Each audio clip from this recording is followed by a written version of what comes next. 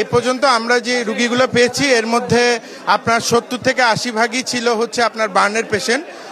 ওরা 70 থেকে 80 ভাগ আসলে বার্নের আক্রান্ত হয়েছে এবং ইতিমধ্যে কিছু ডেড বডিও পাওয়া গিয়েছে এবং আমরা অতি সত্বর আমরা ঢাকা মেডিকেল কলেজে বার্ন ইউনিটে পাঠাতে সক্ষম হয়েছি এবং আমাদের এখানে দক্ষতার সাথে চিকিৎসা চলছে এবং এখনও আসলে আসছেন, আহতরা আসছেন এবং আমরা চিকিৎসা দেওয়ার চেষ্টা করছি সর্বাত্মকভাবে।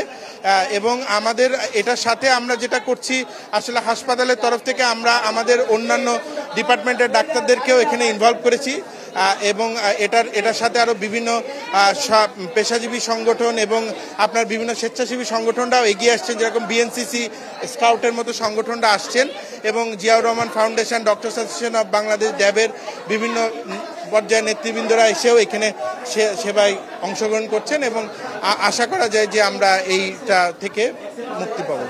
কিছুক্ষণ আগেই আমরা একটা মরদেহ আসলে ফায়ার সার্ভিসের প্যাকেটে মোড়ানো আমরা দেখতে পেলাম।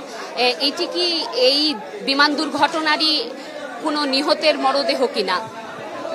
আসলে আমার এই বিষয়টা সম্বন্ধে পুরোপুরি জানা নেই। আমরা এই বিষয় সম্বন্ধে পুরোপুরি জানলে সেই বিষয়ে করবো আর কি। হ্যাঁ, মৃতের ঘটনা কি এখন পর্যন্ত আপনারা পেয়েছেন কিনা, কোনো মৃত্যুর ঘটনা?